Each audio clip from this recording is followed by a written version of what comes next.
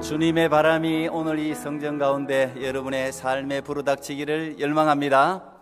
아멘. 하나님이 당신을 사랑하십니다. 앞뒤 저는 인사하겠습니다. 할렐루야. 우리 오카리나라는 악기를 통해서 또 연주하고 또 귀한 우리 찬양대가 목소리로 찬양하고 그 악기와 또 목소리가 우리 하나님을 높일 때 가장 아름다운 줄로 믿습니다. 오늘은 마태복음 22번째 세례 요한의 죽음이 초라한 이유는 이라는 제목으로 여러분과 함께 말씀을 나누려고 합니다. 우리가 오늘 마태복음 14장을 읽었는데요, 세례 요한의 죽는 장면을 기록해 놓고 있습니다. 사실 죽음이라는 주제는 그다지 마주하고 싶지 않은 주제 중에 하나죠. 왜냐하면 우리 인식 속에 죽음은 끝이다, 마지막이다, 이별이다, 아픔이다, 이런 부정적인 정서가 우리가 깔려있기 때문에 죽음을 좀 피하는 경향이 있습니다. 누구나 죽음을 맞이하게 된다는 사실은 역사 이래로 자명한 진리이지만 우리는 이 죽음에 대해서 외면하려고 하는 경향이 강합니다. 그런데 이제 요즘 좀 살만해진 것 같아요. 사회가 좀 성숙해지고 좀 좋다 보니까 이제 웰빙도 많이 이야기하지만 웰다잉도 많이 이야기하는 그런 사회가 되었습니다. 좋아졌다는 이야기, 문화적으로 모든 면에서 우리가 여유가 있어졌다는 이야기입니다. 마냥 피하는 게 아니라 정면으로 받아들이는 그런 성숙한 분위기가 이제 지금 마련되어 있는 거죠. 죽음을 잘 준비해서 인생을 아름답게 마무리하는 게 아주 우리 모든 사람들이 관심을 가지는 그런 이슈가 되었습니다. 그래서 어떤 의사도 이렇게 이야기합니다. 이제는 죽음을 갑자기 죽음을 당하지 말고 우리가 좀 성숙한 모습으로 죽음을 맞이해야 되지 않겠나, 그렇게 적어놓은 제가 글을 보았습니다. 자, 그러면 여러분에게 한번 여쭤보겠습니다. 여러분들은 어떻게 죽고 싶으신가요?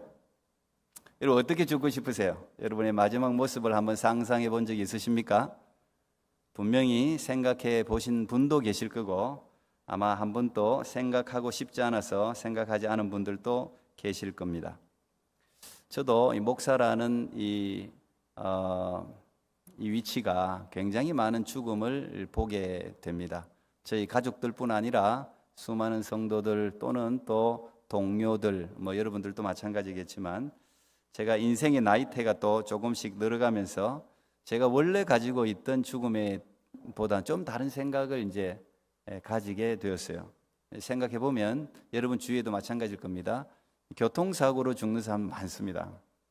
원하지 않지만 교통사고로 죽는 사람도 있고 또 질병, 특히 암으로 죽는 사람들이 제일 많겠죠. 암으로 죽는 사람들도 많고 또 자연재해 때문에 산사태다, 물난리다, 여러 가지로 지진이다, 지금 또 지진이 곳곳에 일어나잖아요. 그걸로 죽는 사람들이 많습니다. 지금은 또 인재라 그러죠. 전쟁으로 10만 명 이상 죽었다고 하니까요. 전쟁으로 죽는 사람들도 많고 또 자연사 하시는 분들도 있을 뿐 아니라 어떤 분들은 살인을 당하는 분들도 있습니다. 살인을 당해서 죽는 그런 안타까운 분들도 계시고 또 지금도 여전히 신앙 때문에 순교하는 분들도 존재합니다. 또 어떤 분들은 너무 이른 나이에, 너무 젊은 나이에 죽는 그런 안타까운 분들도 계십니다.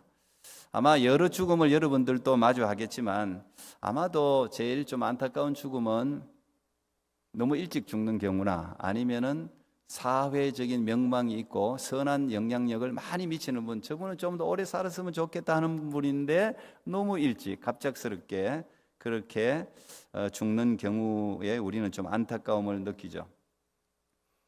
믿는 사람이라면 하나님 왜 저런 분 조금 더 살게 해주시지, 저렇게 훌륭한 분이 저런 사고로 또 저런 병으로 저렇게 일찍 데리고 가셨을까, 이왕이면 좀 더 생명을 연장시켜 주시고 좀 더 우리가 보기에 멋진 죽음으로 하나님이 데려가셨으면 더 좋지 않았을까, 이런 생각은 누구나 할 것 같아요. 저도 한때 그런 생각을 많이 했습니다. 제 주위에도 저분 참 좀 안타깝다, 아깝다, 이제 그런 분들이 계셨거든요. 여러분 아마 캐나다의 영웅 그러면 이거 누구 떠오르세요? 캐나다의 영웅이 이분이더라고요. 캐나다에서 역사가 그리 길지 않고 캐나다의 영웅 그러면 테리팍스입니다. 테리팍스. 테리팍스 런을 여러분 한 번쯤 한번 저도 동참해봤고 저도 10K를 한번 뛰어본 적이 있고 다들 이렇게 아마 뛰어보실 텐데 이 테리팍스 잘 아시다시피 골수암으로 오른쪽 다리를 절단하게 되고 저렇게 의족을 끼운 채로 캐나다 전역을 암 연구 기금을 모으기 위해서 뭐 하루에 몇 킬로씩 이렇게 뛰다가 결국은 이제 암이 전이되고 해서 1958년생입니다. 그럼 여기 우리 1958년생 여러분 계세요? 살아 계셨다면 68세쯤 될 겁니다. 그런데 1981년에 죽었으니까 23살에 죽은 겁니다. 굉장히 꽃다운 나이죠. 어떻게 보면 한참 이제 꿈을 피울 그런 나이에 이렇게 또 암 연구 기금을 모으겠다고 투병을 해도 못할 판에 뭐 그렇게 뛰었으니 이런 멋진 사람이 좀 더 오래 살았으면 얼마나 좋았을까? 왜 하필 이런 좋은 사람에게 암이 찾아왔을까? 한 번쯤 질문을 던지게 되죠. 근데 가만히 생각해 보면 이 테리박스는요 지금도 캐나다에 살아 있어요. 전역에 살아 있어요. 제가 이제 아내 때문에 이 프린세스 마가렛 병원을 자주 가잖아요. 자주 가다 보면 여러분 아마 가신 분 알 겁니다. 그 프린세스 마가렛 병원 바로 아래에 시나이 이제 또 병원 있지 않습니까?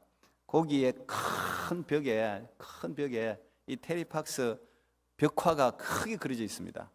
예. 그러니까 지금도 살았을 때보다 어떻게 보면 더 큰 일을 하고 있는 셈이죠. 그러니까 웰빙도 맞지만 웰다잉을 하신 겁니다. 계속해서 지금 선한 영향력을 미치고 있는 거죠. 제가 성경 인물 중에 가장 제가 그 안타까운 죽음이라고 생각하는 분이 오늘 여러분 본문에 등장하는 세례 요한이에요.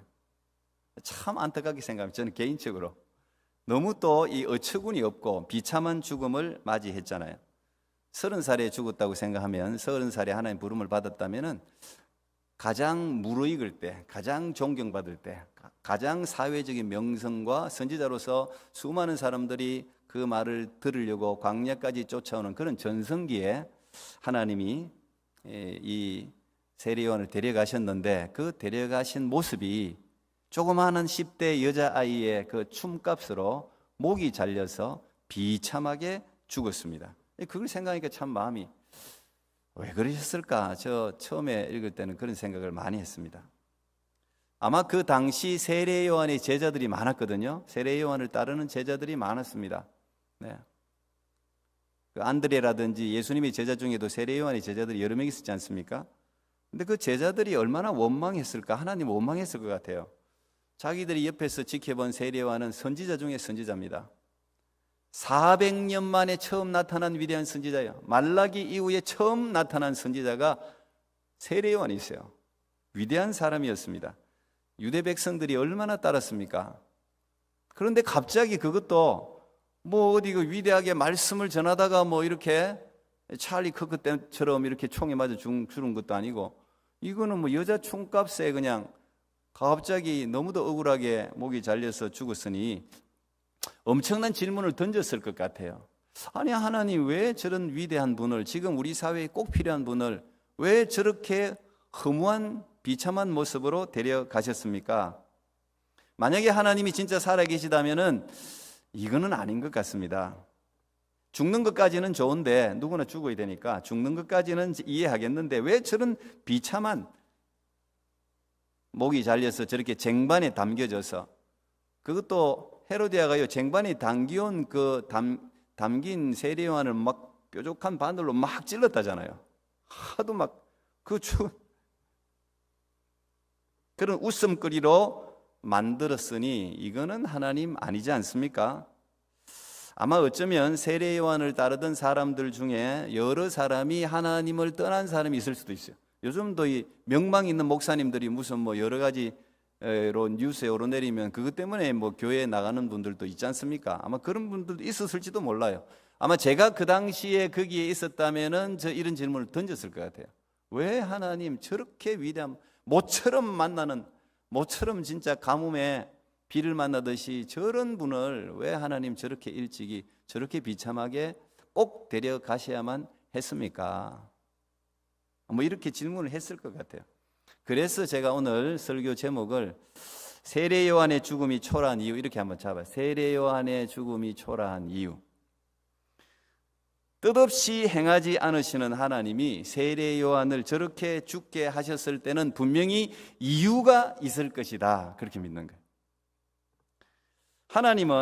하나님이 마음만 먹었다면 얼마든지 세례 요한을 감옥에서 풀려나게 할 수 있었을 겁니다. 그렇죠? 믿습니까? 분명히 하나님이 마음만 먹었다면 불가능한 일이 어디 있겠어요? 베드로도 감옥에 갇혀있을 때 하나님이 베드로를 천사 보내가지고 문이 쑥쑥 열리면서 다 풀어줬지 않습니까? 바울과 실라가 빌립보의 깊은 감옥에 갇혀 있을 때도 그들이 기도하고 찬양할 때 저절로 쇠고랑이 다 풀려지고 발에 찬 쇠고랑도 풀려지고 감옥의 문이 척척 열리면서 하나님이 그들을 풀어줬잖아요. 하나님의 그런 능력이 있지 않습니까? 그러면 하나님이 뜻했다면은, 하나님이 분명히 마음만 먹었다면은 세례 요한을 감옥에서 죽는 거는 고사하고 세례 요한을 감옥에서 분명히 풀어줄 수도 있었을 텐데 하나님이 그렇게 놔뒀다는 거죠. 우리는 그렇게 믿는 거예요. 하나님이 세례 요한의 죽음을 허락했다는 거죠.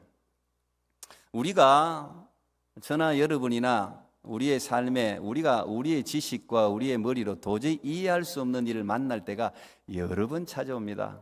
이해할 수 없는 일이 일어났을 때 하나님이 힘이 없어서, 하나님이 살아 계시지 않아서 그런 게 아니라 하나님의 더 크고 오묘하신, 내가 지금은 이해할 수 없는, 내게 숨기신 그런 하나님의 더 놀라운 선하신 뜻이 있다고, 그래서 지금 내게 일어나는 이해할 수 없는 고난과 어려움이 일어났다고 믿는 것이, 그것이 크리스찬의 삶이고 그것이 하나님의 섭리를 믿는 신앙인의 자세인 줄로 믿습니다. 하나님은 분명히 뜻없이 참새 한 마리도 그냥 안 떨어지게 하는데 어떻게 여러분, 예수 그리스도의 핏값으로 사신 여러분의 삶이 우연히 일어나는 일이 있겠어요? 세례 요한도 마찬가지였을 거라고 생각합니다. 여러분의 삶에 일어나는 모든 일을 여러분이 다 자꾸 이해하려고 하지 마세요. 하나님, 기도는 하죠. 하나님, 도대체 이 고난이라는 것은 고난 자체의 어려움이 있지 않거든요. 그 고난이 왜 고난이 일어났는지를 알면은 그 고난을 얼마든지 이길 수 있어요. 아이들이 시험을 치거나 어려움을 겪을 때 이거 내게 더 큰 상을 주기 위한 거야, 내가 진급하기 위한 거야, 이거 알면 견딜 수 있다고요. 근데 이 이유를 모르면 힘든 거예요. 그런데 우리가 하나님 가르쳐 주십시오, 내게 있는 이 고난과 어려움이 왜 찾아왔고 하나님 무엇을 내게서 원하십니까? 우리가 그런 기도를 많이 한다고요. 그런데 그런 기도를 하면 대체적으로 하나님이 깨닫게 하실 때도 있지만 완전히 숨길 때 있어요. 특별히 위대한 하나님의 사람들일수록 숨길 때가 많습니다. 그러면 그때는 어떻게 해야 돼요? 이해하려고 하면 안 돼요. 그때는 하나님 자꾸 가르쳐 주세요, 가르쳐 주세요, 때려서도 안 되는 거예요. 다윗이 자기 아이 살려달라고 그렇게 금식하며 기도했지만 하나님 살려줬습니까? 결국 죽였어요. 바울이 그렇게 자기 약한 것을 고쳐달라고 기도했지만 하나님 응답했습니까? 아니요. 응답 하나는 야 그냥 살아, 네가 약할 때 강한 거야. 그 응답 하나 주셨죠. 우리가 모든 것을 자꾸 이해하려고 하면 안 돼요. 단지 우리는 그 모든 일을 알고 계시고 이끌고 계신 살아계신 하나님을 믿어야 되는 거예요. 시편 37편 5절 6절에 보면 내 길을 여호와께 맡기라, 그를 의지하면 그가 이루시고 내 의를 빛같이 나타내시며 내 공의를 정오의 빛같이 하시리로다, 그렇게 적어놨어요. 이 다윗이 지은 시거든요. 다윗은 이걸 너무 잘 알았어요. 다윗이 도망을 10년 이상 다녔는데 뭐 이해할 수 있는 일이 아니었지 않습니까? 본인이 무슨 도망 다닐 일을 했습니까? 나라를 구했는데 나라를 실컷 구해놨더니 그냥 죽이려고 그러네. 이해할 수 없죠. 이해가 안 되는 거예요. 언제 끝납니까? 안 가르쳐줘요. 하나님이 그런 걸 안 가르쳐준다고. 언제 끝나는지, 언제 예수님이 오시는지 이 시기를 알면 쉽죠. 1년만 참으면 돼. 그러면 어떻게든 1년 참지. 근데 하나님의 사람에게 요구하는 그게 아니에요. 너 1년 후에 내가 이거 다 이제 응답되니까 걱정하지 말고 1년만 참아. 그렇게 하는 사람도 있죠. 초신자, 중급자, 그런 사람도 그렇게 될 수 있어요. 왜? 그래야지 견디니까. 그런데요, 진짜 하나님 일을 하는 큰 사람은요, 그렇게 하지 않습니다. 안 가르쳐 줍니다. 덮어놓습니다. 나를 믿어, 그냥 trust me, 나를 그냥 믿어, 무조건 나를 믿어, 그런다고요. 나를 신뢰하느냐 이걸 묻는다고. 언제, 이런 거 묻지 말고 나를 신뢰하느냐. 그게 하나님께서 우리에게 원하는 거예요. 하나님이 사랑하는 모든 사람들은 합력해서 선을 이루는 줄 믿습니다. 그걸 믿어야 돼요. 이 고난도 모든 것은 하나님이 역전시켜가지고 다 작품을 만들어내는 거예요. 제 짧은 인생을 돌아보면 진짜 그런 것 같아요. 제 개인의 삶도 그렇고 목회도 그렇고 보면은 잘 이겨내야 돼. 잘 참아야 돼. 비틀어버리면 다 파토내는 거예요. 참는 게 능력이에요. 인내가 믿음이에요. 뭘 믿고 인내해야 돼요? 하나님을 믿고 인내해요. 믿음 없이는 절대 인내할 수가 없어요. 모세가 이스라엘 백성들이 홍해 앞에 홍해가 가로막고 뒤에 바로의 군대가 쳐들어올 때 하나님이 한 게 뭐예요? 야, 두려워하지 말고 너 가만히 있어 그랬잖아. 가만히 있어 하나님이 행하시는 구원을 보라 그랬잖아요. 가만히 있어 멈추란 말이에요. 생각을 멈추라고요. 하나님을 절대 신뢰하라는 이야기예요. 그냥 하나님만 신뢰하고 있으면 하나님 이거 어떻게 되는 거예요? 이 홍해가 이게 어떻게 되는 겁니까? 계산이 안 노는 거예요. 하나님이 하는 일은 계산이 안 노는 거예요. 여러분이 하나님의 말해도 이해를 못 하는 거예요. 그러니까 무조건 믿으라는 거예요. 믿으면 하나님 홍해를 갈라버리잖아요. 그럼 누가 이해할 수 있습니까? 과학이 그걸 증명할 수 있습니까? 안 되는 거죠. 그럴 때 여러분들이 이야기하는 사인, 미러클, 표적, 이적이 다 그때 나타나는 겁니다. 언제나 세상의 기준과 하나님의 기준은 언제나 달라요. 하늘이 땅보다 높은 같이 하나님의 생각은 우리 생각보다 높습니다. 그걸 믿을 수 있기를 바랍니다. 토론토 꿈의 교회 다니는 분들은 적어도 그걸 믿을 수 있기를 바라요. 그래서 누구라도 인생 가운데 고난과 어려움이 있는 사람들이 여러분에게 상담 오면 이런 이야기를 들려줘야 되는 거예요. 이런 이야기를. 어떻게 답을 다 가르쳐 줄 수 있겠어요? 야, only answer. only 답은 예수밖에 없어요. 네가 예수님을 믿느냐? 이거 뭐래? 이거 하나만 믿으면 돼. 네가 예수님을 믿느냐? 그러면은 하나님이 너와 함께 하실 것이다. 그걸 믿는 거예요. 그것밖에. 그걸 여러분들이 경험해야 가르쳐 줄 수가 있지. 확신 있게 기도해 주고. 우리도 못해. 저도요, 이 성도들 이렇게 상담하다 보면요, 이 성도에게는 좀 복을 줬으면 좋겠고, 이 좀 잘 풀렸으면 좋겠는데 안 풀리는 사람들이 많아요. 제가 어떻게 알겠어요? 몰라요. 그렇지만 그 인생 가운데 하나님이 계획이 있다는 걸 내가 믿죠. 그 인생 가운데 하나님이 계획이 있는 거예요. 안 돼도 있고 잘 돼도 있는 거예요. 결국은 하나님이 거기에 있느냐 없느냐가 그게 핵심 관건이에요. 여러분의 모든 문제 가운데 하나님이 계시다면 염려하지 마시기 바랍니다. 하나님이 반드시 베스트 웨이로 여러분들을 인도하실 줄 믿습니다. 세상은 언제나 우리 눈으로 보이는 화려함으로 성공과 실패를 판단합니다. 보기에 잘 됐어, 돈이 많아, 권력의 자리에 올랐어, 그러면 성공했다 이렇게 판단하죠. 물론 그럴 수도 있어요. 그런데 하나님의 기준은 다릅니다. 하나님의 눈은 달라요. 그래서 하나님의 사람들도 달라야 돼요. 하나님의 사람들도 세상의 사람들과 똑같은 관점으로 세상을 보고 문제를 보면 안 된다는 겁니다. 하나님의 사람들은 하나님의 시각으로 문제를 바라보고 세상을 바라볼 줄 알아야 된다는 거예요. 보이지 않는 것을 보는 눈을 가진 사람이 그게 크리스찬의 위대함이에요.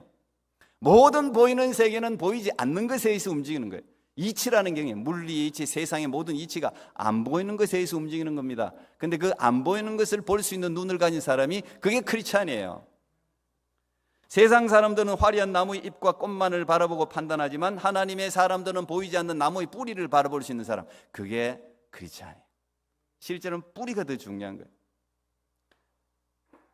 크리스찬은 이 세상에 발을 딛고 살아가지만 본향은 우리의 머리, 눈은 항상 우리가 돌아갈 하나님의 나라를 두고 살아가는 사람이 크리스찬입니다. 세례 요한이 그랬단 말이에요. 세례 요한이 그랬기 때문에 평생을 이분은 집 한 채 없어, 먹을 거 제대로, 맨날 메뚜기 석청 먹고 자랐지, 맨날 옷 한 벌 입고 살았잖아요. 근데 뭐 화려한 궁궐을 부러워한 적이 있습니까? 잘 사는 사람 부러워한 적이 있어요? 없어요. 왜? 시민권이 천국에 있었으니까. 감옥에 갇혔어도 감옥에 갇혀서 나를 풀어달라고 구명운동하라고 지시한 적이 없어요. 감옥에 갇혀가 세례요한이 하나 물어서 야, 저 예수님께 가가 진짜 메시아가, 내가 기다리던 그토록 갈망하는 메시아가 당신이 맞냐? 그거 하나 물어봤어요. 그거 하나. 그리고 예수님께서 내가 하는 일을 그에게 전해라. 그거 듣고는 아마 죽을 준비 다 됐을 거예요. 웰다잉 준비가 다 됐을 거예요. 세례요한은. 세례요한은 예수님의 길을 예비하기 위해서 태어난 사람입니다. 예수님 가시는 길에 수많은 장애물들을 미리 치우는 역할이었어요. 예수님 6개월 앞에 보내가지고, 6개월 형님이에요. 6개월 앞에 보내가지고, 야야, 비슷한 나이인데, 같이 지금 젖 먹고 같이 자랄 나이인데, 너는 가서 예수님 첩경을 평탄케 해라. 앞에 장애물들, 돌, 찌꺼기들 다 네가 앞서 치우라. 그게 세례요한의 사명이었어요. 말씀드렸다시피 세례요한은 말라기 선지자 이후 신구약 중간기에 선지자가 없었지 않습니까? 하나님의 말씀이 없었어요. 그런데 말라기가 무슨 말을 했습니까? 말라기 4장 5절에 보면 마지막 말씀이 내가 엘리야를 보내겠다 그랬거든. 마지막에 엘리야를 보내겠다 그랬는데 그 엘리야가 세례요한이라. 예수님이 그걸 증명했잖아요. 그 위대한 인물이에요. 위대한 인물. 많은 사람들이 그를 존경하고 그를 따랐습니다. 하나님의 말씀인 거예요. 하나님의 말씀. 광야에서 이런 데 와가지고 사람들 모이는 데 와가 전한 것도 아니고 그냥 광야에서 사람들이 오지도 않는 그 사막 한복판에서 막 전했는데 사람들이 그 말 들으러 분명히 말하는 거는 전부 다 그냥 회개하라 이 말인데 회개의 메시지였는데도 시원한 거야. 여러분, 명약은요 쓰지만 먹는 거예요. 명약은 먹고 나면, 좋은 약 먹고 나면 치유가 일어나니까 먹는 거예요. 그래서 유대인들이 갈증 가운데 세례 요한의 말씀을 들으니까 그건 진짜 서기관들이 말하고 달라. 하나님의 말씀이에요. 뭔가 자기를 아프게 하는데, 자기의 죄악을 지적하는데도 맞는 거예요, 그게.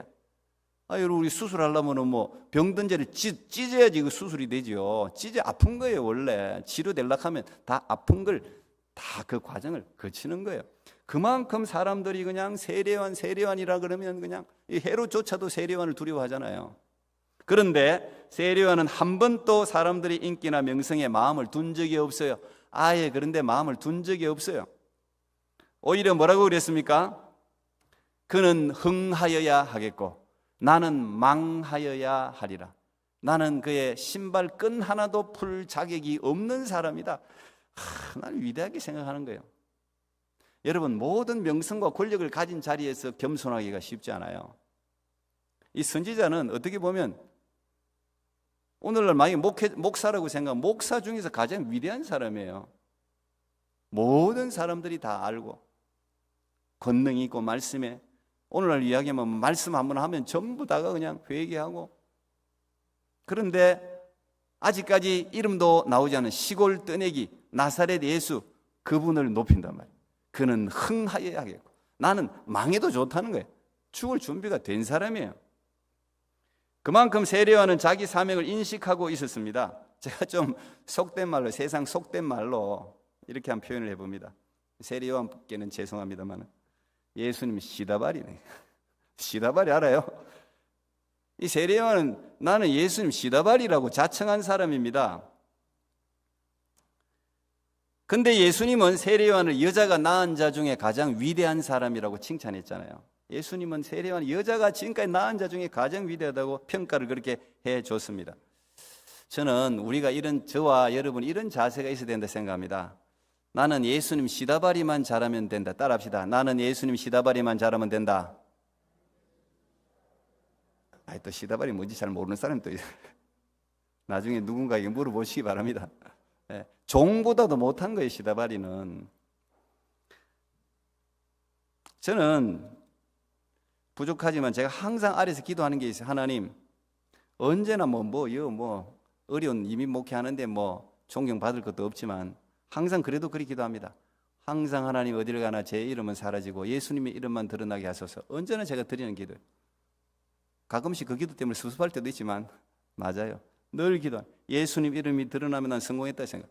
여러분, 우리가 항상 교회 일을 하다 보면은 은연중에 내가 드러나지 않기 때문에 섭섭해지려는 경우가 있어요. 이 일은 원래 그래 교회 일이니까 다른 사람 신경 안 쓰고 일을 하죠. 대부분 아마 그렇게 순수하게 봉사를 할 겁니다. 근데 봉사를 하다 보면은 꼭 그런 마음이 들 때가 있다. 그 섭섭마귀라 그러대요. 누가? 섭섭마귀가 자주 찾아와요. 그러니까 괜히 여러분, 혹시라도 그런 생각이 조금이라도 스며들거들랑 나는 예수님의 시다발이다. 그거 꼭 생각하세요. 세례요한을 꼭 생각할 수 있길 바랍니다. 세례요한만 하겠어요, 우리가? 세례요한은 광야에서 외치는 자의 소리였습니다. 자기 스스로가 나는 광야에서 외치는 자의 소리로다 그랬어요. 여러분, 소리의 사명은 뭐예요? 전달만 하면 되는 거예요. 소리라는 것은 정확하게 전달만 하고 사라지는 게 소리의 역할이에요. 소리가 실체가 있으려고 그러면 안 돼. 광야에서 외치는 자의 소리, 소리로 전하고 사람들 마음에 전달했으면 자기는 사라지는 거예요. 소리는 사라져야 되는 거예요. 그 사명을 세례요한은 너무도 잘 감당했다는 겁니다. 오늘도 마찬가지입니다. 이 헤롯의 잘못을 광야에서 외쳤어요. 궁전에서 외친 게 아니고 광야에서 이 헤롯이 지금 잘못했다, 자기 동생 철을 빼앗아서 간음을 했다, 그렇게 외친 겁니다. 결국은 그것 때문에 옥에 갇히게 되고 목이 베어졌습니다. 여러분, 선지자는 누구라도 광야에서 외치는 자의 소리 역할을 감당해야 하는 거예요. 선지자, 목사, 여러분들도 전도자들 다 마찬가지입니다. 우리는 하나님의 목소리를 대변하는 사람이에요. 심부름꾼이에요. 그야말로 그냥 외치라 그러면 외치면 되는 거예요. 물론 오늘 여러분 이 복음서를 읽다 보면 저한테 이제 성경 공부를 하신 분들은 너무 잘 알겠지만은 여기 헤롯이 이런데 이 헤롯이 너무 여러 명이에요. 이름이 다 다른 헤롯이, 이게 분봉왕이라고 적어놔요. 분봉왕. 이 헤롯은 원래 이름은 헤롯 안디바 내지는 헤롯 안티파스라고 부릅니다. 헤롯 안티파스라는 사람이에요. 원래 헤롯의 이 아들입니다. 근데 이 헤롯 집안이요, 이제 이 성경 공부를 하다 보면 아주 복잡한 게 헤롯 패밀리 추리예요. 헤롯 가게도 아주 복잡할 뿐 아니라 아주 난잡해. 이 헤롯 가문의 제일 먼저가 지금 여러분 보시는 제일 왼쪽에 있는 사람인데 우리가 이 그레이트 헤롯이라고 불러요. 헤롯 대왕이라고 불러요. 이 헤롯 대왕이라는 사람은 누구냐? 예수님이 태어날 당시에 있었던 사람인데 동방박사가 이야기하고 난 후에 자기의 왕의 자리를 지키려고 베들레헴에 2살 아래 태어난 어린아이들을 전부 죽인 왕이 이 헤롯 대왕입니다. 그만큼 잔혹한 사람이고 권력에 욕심이 많은 사람이고, 그렇지만 정치적인 수단이 엄청난 사람이에요. 로마 황제 바뀔 때마다 요 썼다가 저 썼다가 요 썼다가 갈아타기는 천재같이 잘했어요. 그래가지고 권력을 유지한 사람. 그 사람이 헤롯 대왕이고, 오늘 여기 나오는 이 헤롯은 그 사람의 아들 헤롯 안티파스입니다. 이 헤롯 대왕이 부인이 여러 명 있었어요. 물론 이제 4명 정도가 소개되고 있는데 난 더 있었을 거라 생각하는데, 어쨌든 부인이 여러 명이 있으니까 거기서 자녀들이 많이 태어나잖아요. 첫 번째 태어난 자녀 이름이 아리스토블루스라는 사람인데, 이 아리스토블루스라는 사람의 딸이 헤로디아예요. 그 딸이 헤로디아고, 이 헤로디아가, 자 이제 여러분 가게 머리가 복잡합니다. 우리 가게도 지금 외우기 힘든데 지금 그냥 참고로 들으세요. 아리스토블루스, 헤롯 대왕의 아들 아리스토블루스의 딸이 헤로디아인데, 이 헤로디아가 누가 결혼했느냐면 헤롯 빌립하고 결혼합니다. 이 헤롯 빌립 1세인데 이 헤롯 빌립은 그러면 어떻게 되냐? 배가 다른 자기 아버지의 동생이에요. 그러니까 삼촌이라, 친삼촌이라. 친삼촌하고 결혼을 했는데, 이 빌립이 잠깐 로마로 일이 있어서 나갔을 때 이 헤롯 안티파스가 빌립보다는 배가 다르지만은 형이에요. 자, 이제 복잡해지기 시작하죠. 이 헤롯 안티파스가 빌립의 집에 놀러 갔다가 헤로디아하고 눈이 맞아갖고 바람이 난 거예요. 그래가지고 빌립이 돌아와 봤더니 자기 이복 형하고 바람이 나가지고 우리 이제 이혼해. 우리 갑자기 이혼 맞았어. 그리고 이 또 헤롯 안티파스는 또 자기하고 살고 있는 그 이웃 나라에 공주가 있었거든요. 그 공주도 쫓아내고, 그래서 둘이가 결혼을 한 겁니다. 그래서 이 세례 요한이 이걸 지적하는 거예요. 네가 적어도 그 갈릴리를 담당했던 왕이거든요. 헤롯 대왕이 죽고 난 뒤에 그 전체 이스라엘을 헤롯 안티파스, 헤롯 빌립은 저 윗지방, 그 다음에 예루살렘 지역은 또 헤롯 아켈레오라는 이 3명한테 나눠줬어요. 그리고 우리 분봉왕이라고 부르는데, 어쨌든 이 세례 요한이 적어도 유대인들을 다스리는 유대인의 왕이니까 너 유대 율법을 지켜야 되는 왕이 율법을 어겨서는 되느냐? 그래서 레위기 18장하고 20장에 보면은 형제 아내의 하체를 범하지 말라 그렇게 돼 있어요. 형제 아내의 하체를 범하지 말라. 그 지금 자기 동생의 아내의 하체를 범한 거잖아요. 데리고 와서. 그걸 지적하는 거예요. 그리고 근친 상간 안 된다 그랬거든. 근친 상간하는 거잖아요. 그래서 그거를 율법을 지적한 겁니다. 세례 요한이 너 잘못했다. 차라리 그냥 말을 안 했으면, 그냥 가만히 있었으면 아무 일도 없었을 걸. 괜히 그 말을 해가지고 왜 그럴까요? 세례요한이 왜 침묵하지 않고 그 말을 했을까? 불이기 때문에 그래요. 불이. 세례요한이 진짜 선지자라서 그래요. 진짜 선지자는 침묵하면 안 돼요. 하나님의 말씀이 위배되는 거에 이야기를 해야지. 선지자였고 진짜 애국자였기 때문에 세례요한은 이 죄를 지적한 겁니다. 만약에 헤롯 안티파스가 이 유대 분봉 왕이 아니었다면 지적 안 했을 거예요.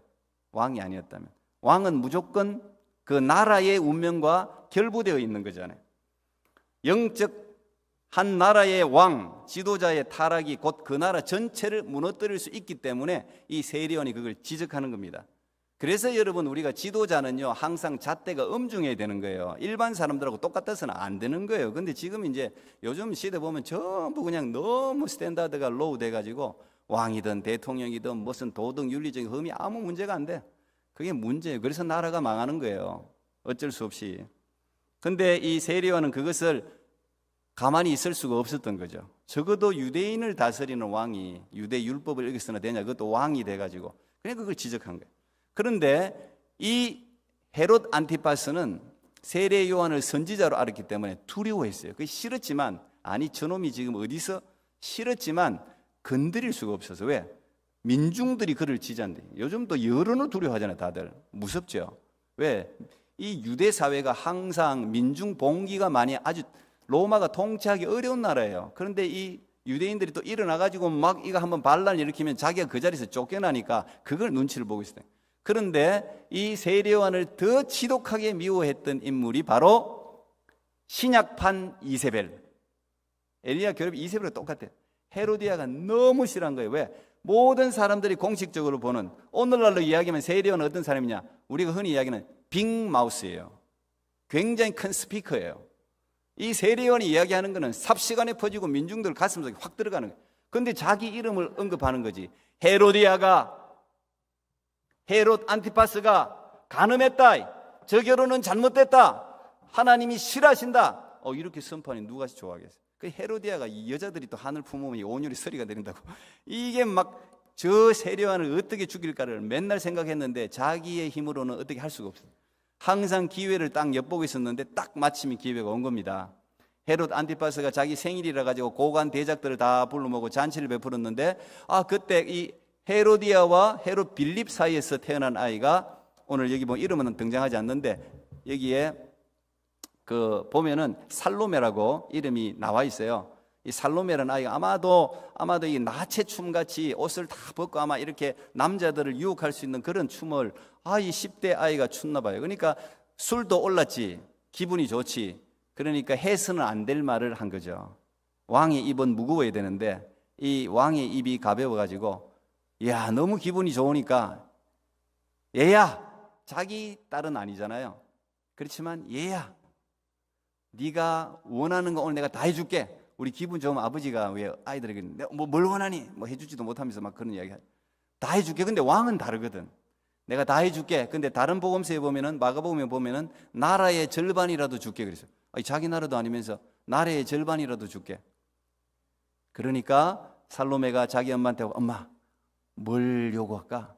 헤로디아가 딱 기회를 잡은 거야. 야, 세례 요한의 목을 달라고 해라. 그래서 가가지고 엄마 시키는 대로 해. 세례 요한의 목을 원합니다. 얼굴이 새파리. 헤롯 안티파스가 큰일 났어요. 왜? 고관 대작들 앞에 위험 있게 약속을 했잖아요. 그걸 어기면 왕의 약속이 한번 뒤집어지면 이제 권위가 없어지는 거예요. 어쩔 수 없이 목을 쳐서 쟁반에 담아서 준 겁니다. 오늘 이 사건이 그렇게 진행되는 거예요. 아마 밤마다 악몽 꿨을 거예요. 오늘 여기 보면은 그 예수 소문 듣고 세례 요한이 죽은 세례 요한이 살아났구나 이렇게 생각할 정도로 이 헤롯 안티파스는 그걸 죽여놓고 막 악몽을 꿨을 거예요. 두려워가지고. 어쨌든 이렇게 해서 오늘 비참하게 세례 요한에 죽고 맙니다. 그리고 오늘 보니까 세례 요한의 제자들이 이 목이 없는 시체를 가져다가 장례를 치릅니다. 그리고 오늘 12절에 보면 예수님께 보고를 합니다. 예수님, 우리의 사랑하는 선생님이 이렇게 목이 베어서 죽었습니다 하고 여차여차 이야기를 했는데 참 이상한데, 예수님이 13절에 보면 읽진 않았는데 예수께서 들으시고, 이 참 이상한 일, 예수님이 들으시고 배를 타고 떠나사 따로 빈들에 가시니 하면서 이제 오병이어 기적을 일으키는 거예요. 예수님이 그거 듣고 뭐 마음이 안타까웠겠지만 아무런 이야기를 안 했습니다. 예수님이 슬프지 않았을까요? 그렇지 않았을 거라고 생각합니다. 예수님은요 다 아는 거예요. 믿는 사람들은 죽음을 보는 관점이 다른 겁니다. 예수님은 아마 세례요한 너무도 자기 6개월 형님이잖아요. 근데 너무도 안타까웠겠지만 이 세상의 수고를 다 마치고 이제 자기 본향으로 가서 쉬겠구나, 그래 생각했을 수도 있어요. 괴로운 인생길 가는 길이 평안히 쉴 곳이 아주 없네. 걱정과 고생이 어디는 없으리. 이 세상에 걱정 근심 없는 데 없습니다. 뭐 캐나다든 미국이든 파라다이스 없어요. 없으리. 돌아갈 내 고향 하늘나라. 예수님이 알았다면 그 노래 부르실 수도 있어요. 이제 이 세례요한이 걱정 근심 없는, 괴로움이 없는 곳으로 이제 갔겠구나, 이제 수고를 끝냈구나, 그렇게 생각했을 수도 있습니다. 그리고 세례요한이 죽었을 때 하늘나라에서 전보가 예수님께 왔을 거예요. 예수님, 당신의 종 세례요한이 이제 막 천국에 도착했습니다. 그런 전보를 받았을지도 몰라요. 분명히 여러분, 세상의 눈으로 보면은 세례요한은 굉장히 초라한 퇴장입니다. 인생에 굉장히 초라한 퇴장인데, 근데 제가 한번 상상해 보는 거예요. 저는 이런 상상하는 걸 좋아해요. 세례요한의 목이 베어졌을 때, 이 세례요한 목 베는 것도요, 화가들이 그림을 많이 그렸는데 제가 차마 목 뺀 걸 갖다가 아까 당긴 건 했지만 이렇게 보여주기가 못해서 내가 안 했는데요.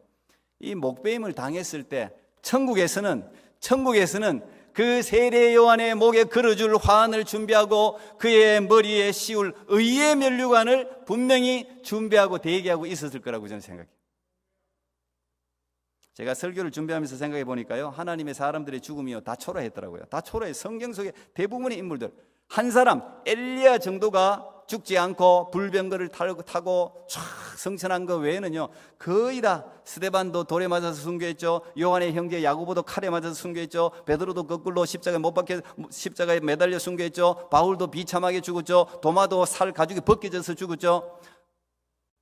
수많은 성경 말고 초대 교회에 있었던 수많은 선교사들도 전부 나무에 매달 불에 타서 죽고 기름 끓는 가마솥에 던져져서 죽고 다 그래 죽었더라고요. 전부 인생이 다 초라하게 죽었더라고요.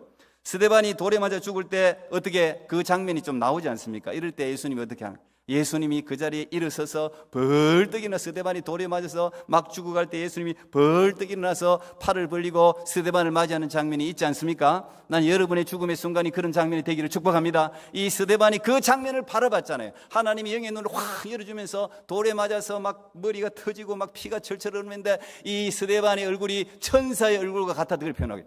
그러니까 돌을 던지는 사람이 더 화가 나가지고, 아니 이게 웃어?